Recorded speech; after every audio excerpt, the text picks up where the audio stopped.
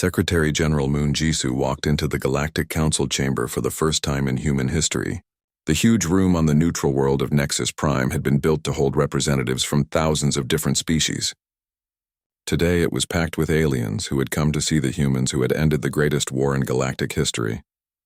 Moon Jisoo was a small woman with gray hair, but she carried herself like someone who commanded fleets of starships. Behind her walked Admiral Yu Taijin, who now commanded Earth's expansion fleets that were keeping peace throughout the galaxy. The council chamber fell silent as Moon Jisoo reached the speaking platform.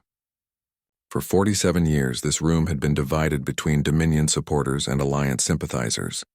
Now everyone wanted to hear what the humans had to say. Honored representatives, Moon Jisoo began, her voice carrying clearly through the vast chamber. I am Secretary General Moon Jisoo, speaking for the people of Earth. We did not ask to be involved in your war, but when you brought that war to our home, you forced us to act. Admiral Kexvar, who was present as a prisoner of war, shifted uncomfortably in his seat. Beside him sat Commander Telnara, who had agreed to work with the humans to end the fighting. The war is over, Moon Jisoo continued. Not because one side defeated the other, but because Earth will no longer allow it to continue. We have deployed our fleets to every contested system. Any attempt to resume hostilities will be met with immediate intervention. A representative from the Dominion Empire stood up.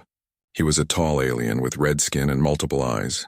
By what right do you impose your will on the galaxy? He demanded. Moon Jisoo looked at him calmly. By the right of superior force and by the right of those who seek peace over conquest. Your empire had 47 years to end this war through negotiation. Instead, you chose to continue fighting until your enemies were destroyed. That ends now. Admiral Yu Taijin stepped forward and activated a holographic display. It showed the positions of human fleets throughout the galaxy. Red dots marked every system where fighting had stopped because of human intervention. In the past month, we have prevented battles in 47 star systems, Admiral Yu Taijin announced. Our ships carry weapons that make resistance pointless, but we do not seek to conquer or control. We seek only to maintain peace. Ambassador Kim Sang-hee, Earth's chief diplomat, had spent weeks preparing for this moment. She had studied the histories and cultures of dozens of alien species, learning how to communicate with beings that thought in completely different ways. We propose a new structure for galactic civilization, Ambassador Kim Sang-hee said as she took her place beside the Secretary General.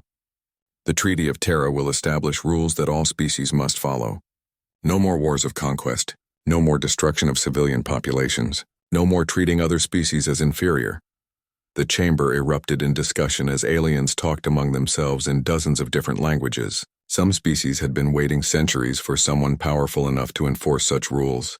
Others worried about losing their traditional advantages over weaker neighbors. Director Oh Jung-sik was not present in the chamber, but his influence was felt everywhere. As head of Earth's new Galactic Intelligence Service, he had agents and informants on thousands of worlds. Any species that tried to break the new peace would find that humans already knew about their plans. The Treaty of Terra took 3 weeks to negotiate. Earth's representatives were patient but firm. They made it clear that the terms were not really up for debate. The galaxy could accept peace under human protection, or it could face the consequences of defying the species that had defeated both major powers in a single battle. Some species tried to resist. The Hegemony of Worlds, a group of planets that had stayed neutral during the war, announced that they would not accept human authority. Admiral Yu Taijin's response was swift and decisive. A human fleet appeared in the Hegemony's capital system without warning. The ships did not fire their weapons or threaten anyone. They simply stayed there, making it clear that Earth could reach any world in the galaxy whenever it chose. We do not seek to rule you, Admiral Yu Taijin transmitted to the Hegemony leadership. We seek only to prevent you from ruling others through force. Accept the treaty, and we will leave you in peace. The Hegemony accepted the treaty the next day. Not all resistance was military. Some species tried to use economic pressure or diplomatic isolation to force Earth to change its demands. Director Oh Jung-sik's intelligence network made such efforts pointless. Human agents knew about every secret meeting and every attempt to organize opposition. More importantly, many species welcomed the new order. Smaller civilizations that had lived in fear of their powerful neighbors saw Earth as a protector. Planets that had suffered through decades of war began rebuilding with human assistance. Secretary General Moon Jisoo established Earth's new capital for galactic affairs on a space station orbiting the neutral world of Haven.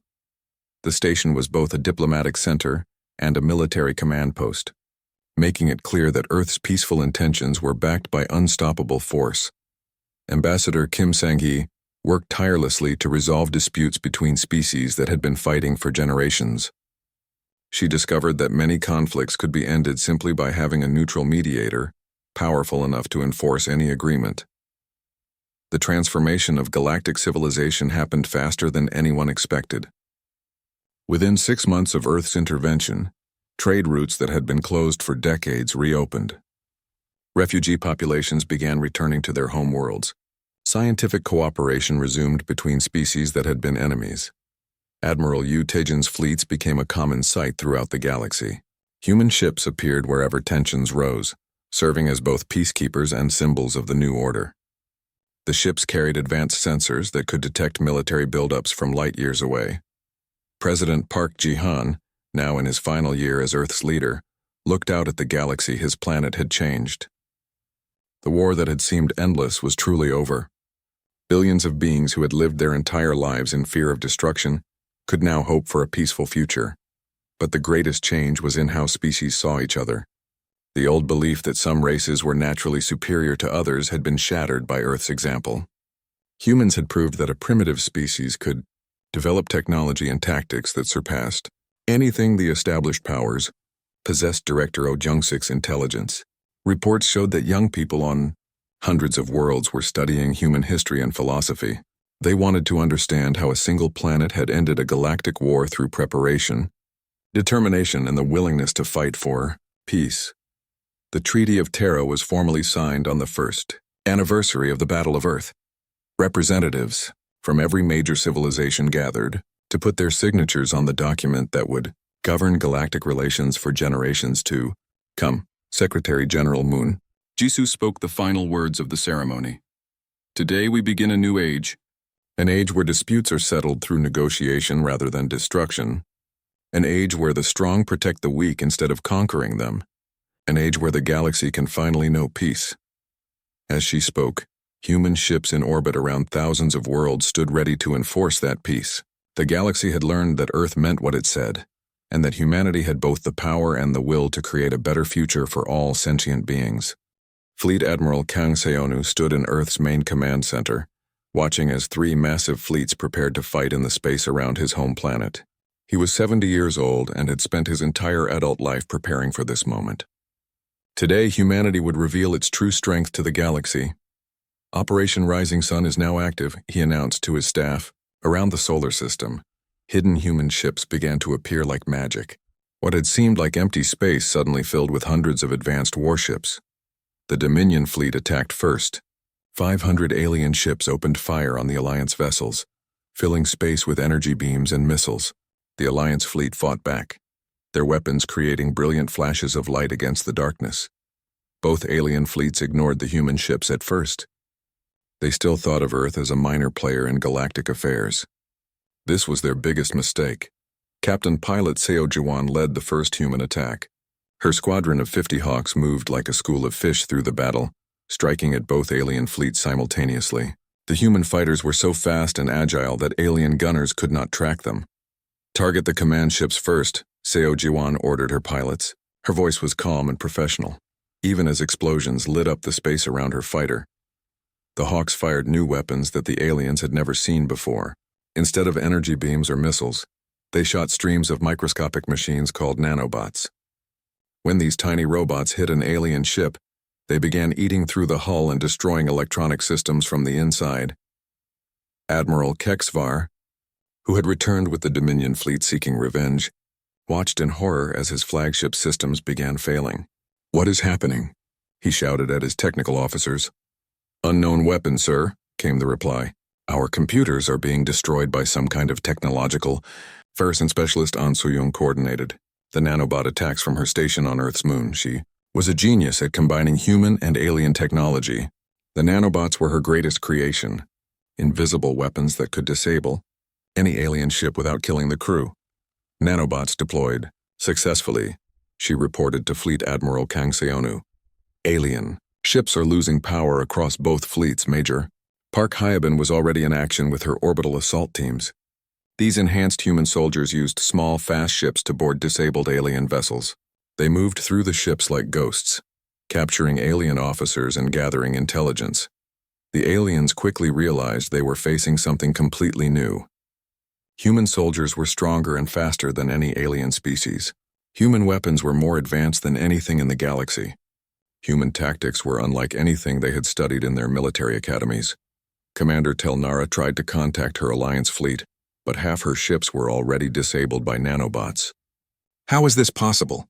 she asked President Park Ji-han, who was still on the space station with her. "We had 50 years to prepare," President Park Ji-han replied. "While you and the Dominion fought each other, we watched and learned. Every piece of wreckage from your battles taught us something new. In space, the battle was turning into a massacre. Human ships appeared and disappeared like phantoms, striking at alien vessels before vanishing again. The advanced FTL drives that Dr. Lim Jae-ho had developed allowed human ships to jump in and out of the battle instantly. Captain Bae Minju used this new technology to devastating effect. Her ship would appear behind an alien vessel, fire its weapons, then disappear before the enemy could respond. To the aliens, it seemed like humans could teleport their ships at will. Admiral Shin Woo-jin commanded the human fleet with the skill of a master chess player. He moved his ships in patterns that confused and frustrated the alien commanders. When they tried to concentrate their forces, human ships would attack from unexpected directions. When they spread out, humans would strike at their weakest points. The enhanced human soldiers were proving unstoppable in close combat. Major Park Hyabin led a boarding party onto the Dominion flagship, fighting her way through corridors filled with alien soldiers. Her enhanced strength allowed her to tear through their armor with her bare hands. Admiral Kexver found himself face to face with a human soldier who looked like a normal woman but moved like a deadly predator. "This cannot be happening," he said in his own language. Major Park Hyabin understood him perfectly. Human intelligence had learned dozens of alien languages over the years. "Surrender now and your crew will live," she said in fluent Dominion. The alien admiral dropped his weapon. Around him, his bridge crew did the same. They had never seen anything like these human warriors. Commander Telnara's Alliance flagship was also being boarded by human soldiers. But instead of fighting, she ordered her crew to cooperate. She was beginning to understand that humans were not the primitive species everyone had believed. Within 4 hours, both alien fleets were completely defeated. Half the ships had been destroyed, and the other half had surrendered. Not a single human vessel had been lost. The aliens had never experienced such a one-sided defeat. Fleet Admiral Kang Seonu opened communications to both alien fleets. His image appeared on every surviving ship's main screen. He was an old man with kind eyes, but his voice carried absolute authority. "I am Fleet Admiral Kang Seonu of the Earth Defense Force," he said. "Your fleets are defeated. Your war ends now.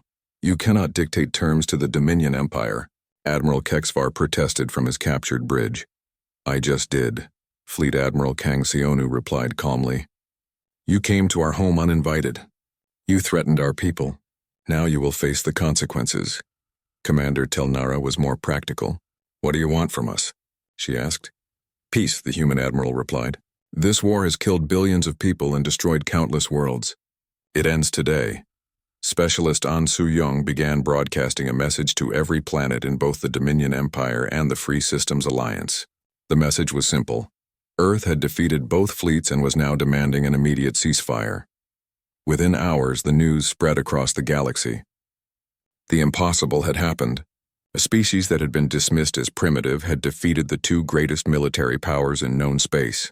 Governments on thousands of worlds began emergency meetings to discuss what this meant. President Park Ji-han returned to Earth's surface that evening. He stood in his office looking up at the night sky. The wreckage of alien ships was visible as bright streaks of light falling through the atmosphere, but he felt no joy in the victory. "So many could have lived if this war had ended years ago," he said to Director Kim Juno, who stood beside him. "Now we have the power to make sure it never happens again," Kim Juno replied. The next morning, Fleet Admiral Kang Seonu began deploying human ships to contested systems throughout the galaxy. Wherever the old war continued, human vessels appeared to enforce the ceasefire. Their message was always the same. The fighting stops now. The galaxy was about to learn that Earth intended to keep its word, no matter how many ships it took to enforce peace. 3 days after the Dominion defeat, the Free Systems Alliance arrived at Earth. Their fleet was twice as large as the Dominion force had been. 100 warships dropped out of hyperspace near Jupiter, moving carefully toward the inner solar system. Director Kim Juno watched their approach from his command center. The Alliance ships were different from Dominion vessels. They looked more like cities than weapons with curved hulls and bright lights. But Kim Juno knew they carried just as many guns and soldiers. Commander Telnara led the Alliance fleet. She was from a species that looked like tall, thin humans with silver skin and large eyes. Unlike the arrogant Dominion admiral, Telnara was known for being smart and careful. She had heard about what happened to Admiral Kexvar's fleet. Earth vessels, this is Commander Telnara of the Free Systems Alliance, came the message. We wish to speak with your leaders. We come in peace. President Park Ji-han received the message in his office. This time he decided to be more direct. The secret was already out, so there was no point in pretending to be weak anymore. Commander Telnara, this is President Park Ji-han of Earth. You may approach, but only with a small diplomatic ship. Your fleet must stay beyond the orbit of Mars. There was a long pause before Telnara replied. Understood, President Park. We will send one ship. Admiral Shin Woo-jin was ready for them. He commanded Earth's secret space fleet from a base hidden inside an asteroid near Saturn. For 30 years, humans had been building warships using alien technology they had captured or stolen. These ships were smaller than alien vessels, but much faster and more advanced. Captain Bae Minju sat in the pilot seat of her fighter, waiting for orders. Her ship was called a Hawk, and it was unlike anything else in the galaxy. Human engineers had taken the best parts of alien technology and made them better. The Hawk could move in ways that would tear apart any alien. Fighter Dr. Lim Jae-ho worked frantically in his laboratory on Earth's moon. He was developing a new type of faster-than-light travel that did not need the jump gates that aliens used. If his calculations were correct, human ships would soon be able to appear anywhere in the galaxy without warning. Commander Jang Kyeol prepared his special operations teams for their most dangerous mission yet. His soldiers were enhanced humans trained to fight in space and on alien ships.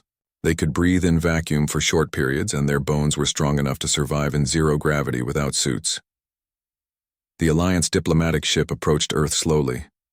It was much smaller than a warship, but still the size of a large building. Telnara herself was aboard, along with 50 advisors and guards. President Park Ji-han met them at a space station that orbited Earth. The station looked like it had been built recently, but actually it had been there for 20 years, hidden by advanced camouflage systems. The Alliance visitors were surprised by how advanced it looked. President Park, Commander Telnara said as she stepped off her ship, your station is very impressive. Our intelligence reports were clearly incomplete. Sit down, Commander, President Park Ji-han said, leading her to a meeting room with large windows that showed Earth below. Let us talk honestly. You want to use Earth as a base to fight the Dominion. We want you to leave us alone. Telnara was direct. The Dominion will return with a much larger fleet. When they do, they will destroy your planet to make an example of you. You need our protection, do we? President Park Ji-han asked. He pressed a button, and the windows showed images of the recent battle. Alliance officers watched in shock as human weapons tore apart Dominion ships. This is impressive, Telnara admitted, but the Dominion has thousands of ships. How many do you have?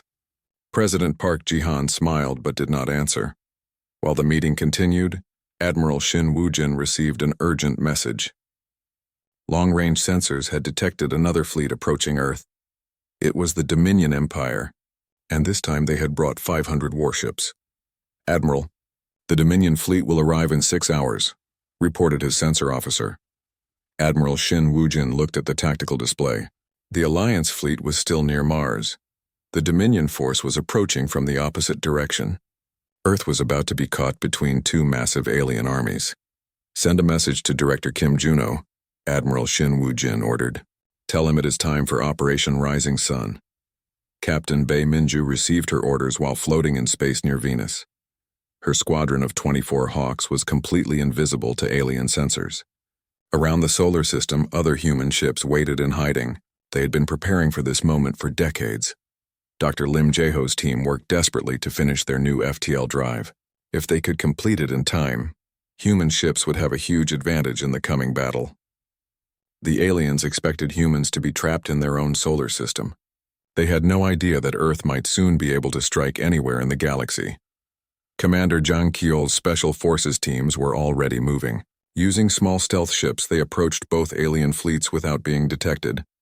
Their mission was to gather intelligence and, if possible, sabotage enemy ships from the inside. On the space station, the meeting between President Park Ji-han and Commander Tel Nara was interrupted by an urgent communication. Director Kim Juno appeared on the screen. "Mr. President, the Dominion fleet has arrived.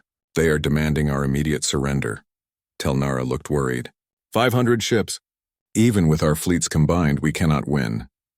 President Park Ji-han stood up and walked to the window. In the distance, he could see the first Dominion ships approaching. They looked like a cloud of metal insects against the stars. "Commander Tel Nara, you have a choice to make," he said.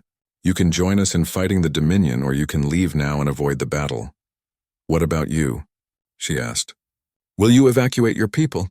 President Park Ji-han shook his head. "This is our home. We will defend it." The Alliance commander studied the human president's face. She saw no fear, only determination. "Very well.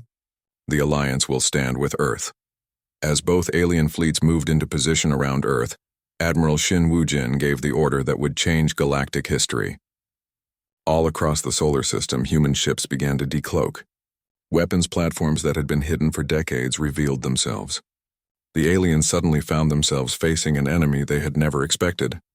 Captain Bae Minju's squadron appeared between the two alien fleets like ghosts materializing from the darkness.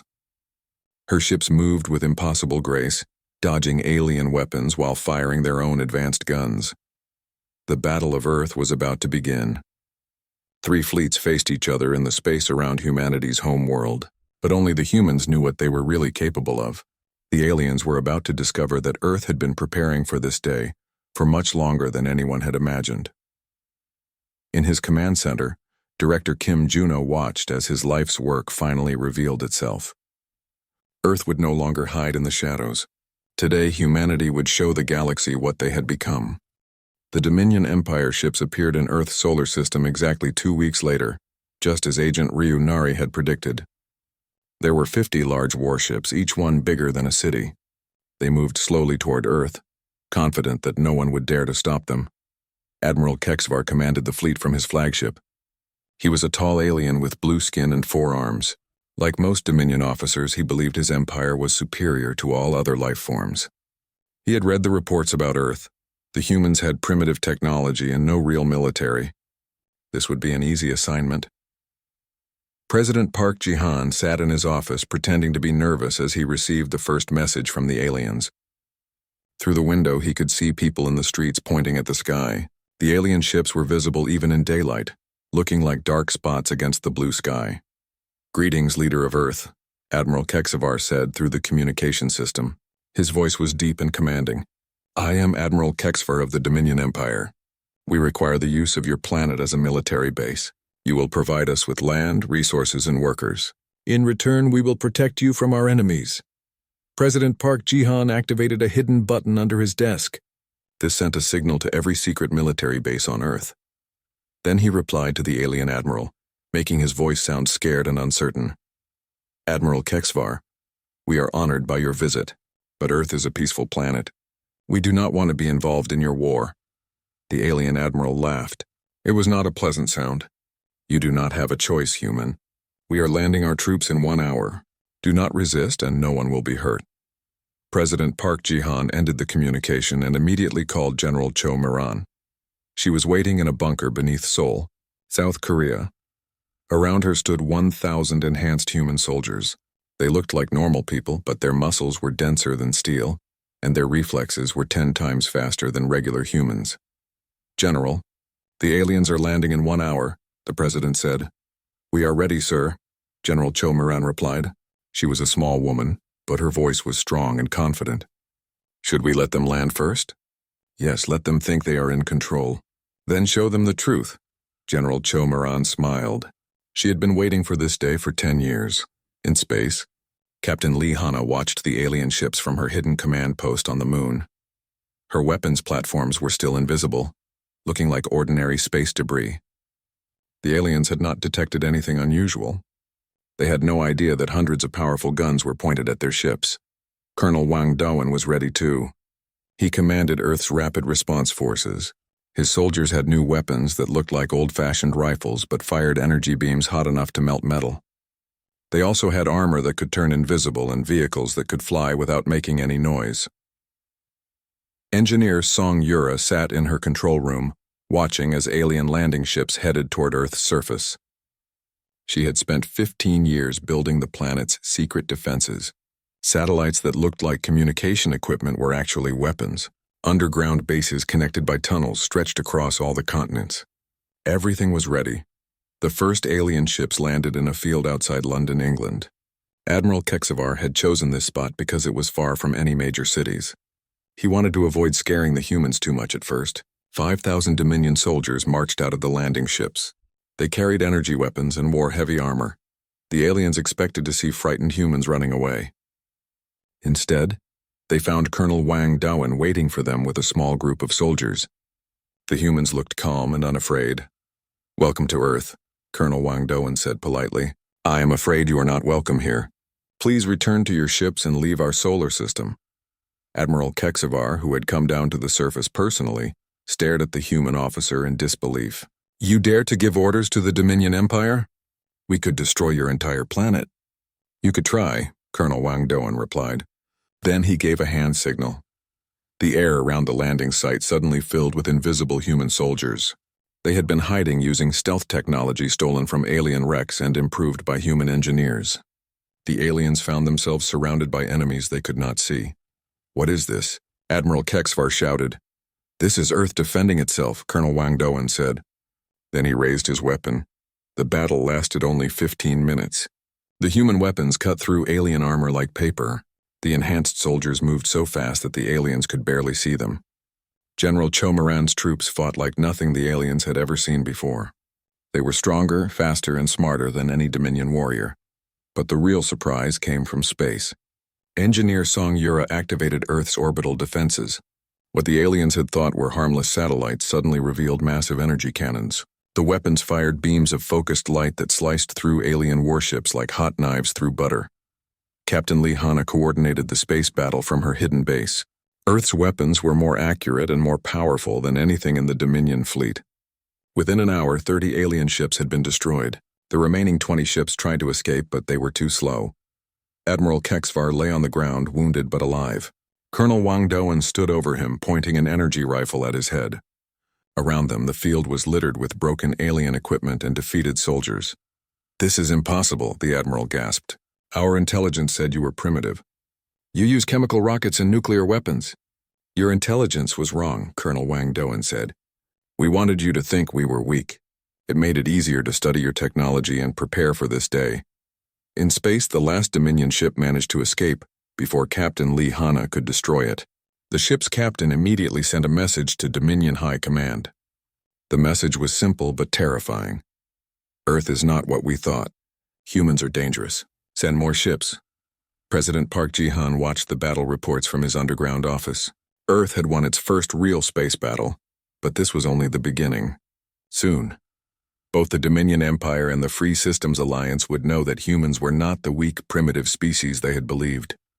Dr. Yoon Gi-won was already preparing more enhanced soldiers. Engineer Song Yura was building additional weapons platforms. Agent Ryunari was getting ready to return to alien space to gather more intelligence.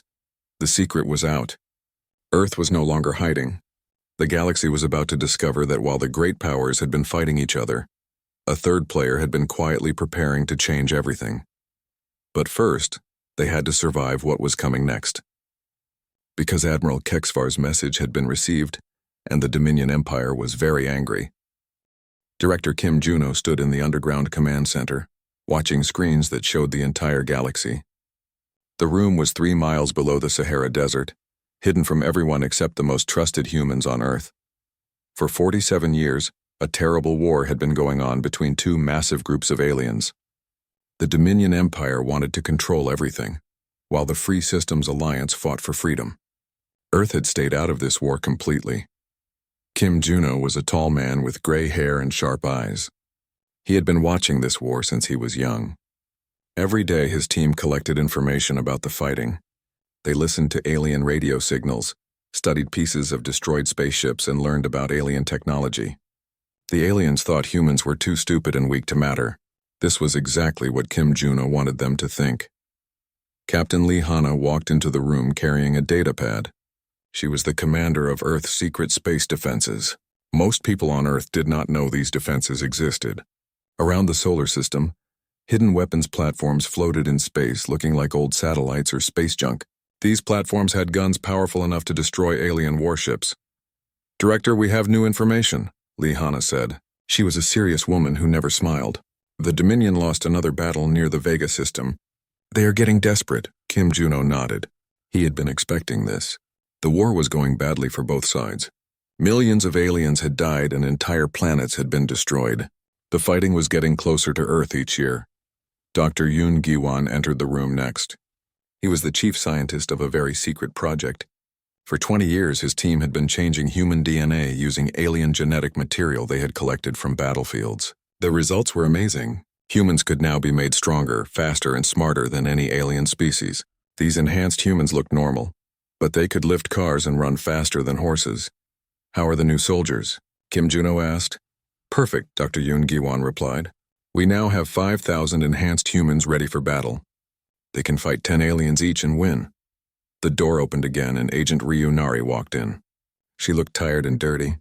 Ryunari was one of Earth's best spies. She could change her appearance to look like different alien species. For the past year, she had been living on alien worlds, pretending to be a refugee from the war. "I have bad news," Ryunari said. "Both sides are planning to use Earth as a base for their final attack. The Dominion thinks we are weak and will do whatever they say. The Alliance thinks the same thing. They both plan to land armies here." Kim Juno felt his stomach drop. This was what he had been afraid of for years. Earth had stayed neutral to avoid exactly this situation, but now the war was coming to them whether they wanted it or not. "When?" Captain Lee Hanna asked. "The Dominion will arrive first, maybe in 2 weeks. They want to build a big military base here. The Alliance will come right after them." Kim Juno looked at the big screen showing Earth. His beautiful blue planet looked so peaceful from space. Most of the people living on Earth had no idea what was coming. They knew about the Galactic War, but they thought it was far away and not their problem. "We need to tell President Park Ji-han," Kim Juno said. President Park Ji-han lived in a house that looked normal from outside, but underground it connected to the same tunnel system as the command center. He had been Earth's leader for 8 years. The aliens thought he was just a simple politician from a backward planet. They had no idea he was actually a former military general who had helped plan Earth's secret defenses. Kim Juno, Lee Hanna, Dr. Yoon Gi-won, and Agent Ryunari took a fast underground train to the president's bunker. The trip took only 10 minutes. When they arrived, President Park Ji-han was already waiting for them. He was a short man with kind eyes, but Kim Juno knew he could be very tough when needed. "So it begins," the president said after hearing their report. "Are we ready?" "Our space defenses are ready," Captain Lee Hanna said. "We have 300 hidden weapons platforms around the solar system. Our ships are faster and stronger than anything the aliens have. The enhanced soldiers are ready too," Dr. Yoon Gi-won added. "We also have new weapons that look like old human guns but shoot energy beams. Our spies are in place throughout the galaxy," Agent Ryunari said. "We know where both alien fleets are and what they are planning." Kim Juno felt proud of what they had built. While the aliens were fighting each other, humans had been learning and preparing. Earth now had technology that was better than anything in the galaxy. But the aliens still thought humans were primitive creatures who used chemical rockets and nuclear weapons. "What about the people?" President Park Ji-han asked. "They need to know something is happening." This was the hardest part. Most humans on Earth lived normal lives. They went to work, raised families, and enjoyed peace. They knew about aliens, but first contact had been peaceful 50 years ago. Since then, Earth had traded with some alien worlds and learned about galactic civilization, but the government had never told people about the war preparations. "We tell them that aliens are coming for a diplomatic visit," Kim Juno suggested. We can say some want to build an embassy here. President Park Ji-han nodded. And when the shooting starts? We protect them, Captain Lee Hana said firmly. That is why we built all this. Kim Juno looked around the room at these people who had become his closest friends over the years. They had all given their lives to keeping Earth safe. They had missed family dinners, skipped vacations, and worked in secret while their neighbors lived normal lives. The aliens think they can use Earth because we are weak, Kim Juno said. They are about to learn they made a big mistake. Outside, normal people were getting ready for work or school. Children played in parks while their parents worried about ordinary things like bills and homework. None of them knew that in 2 weeks, their quiet planet would become the center of the biggest space battle in galactic history. Kim Juno returned to his command center and began giving orders. It was time to wake up the sleeping giant that Earth had become.